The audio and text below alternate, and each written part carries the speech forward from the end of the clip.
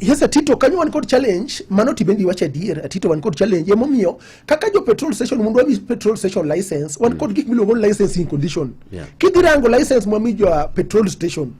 ma dispense petroleum product itok license no wami gagi mokulongo licensing condition 1 2 3 wa mention gi koro mano is one of them mi kidi petrol stations wan kod OMCs gin petrol stations madongo kaka Ola kaka Total gin githoro tamre kabisa kanga to bira kod mege plastic because wanga kod punitive measures mwatimon gi koro mostly wa thoro yudo ka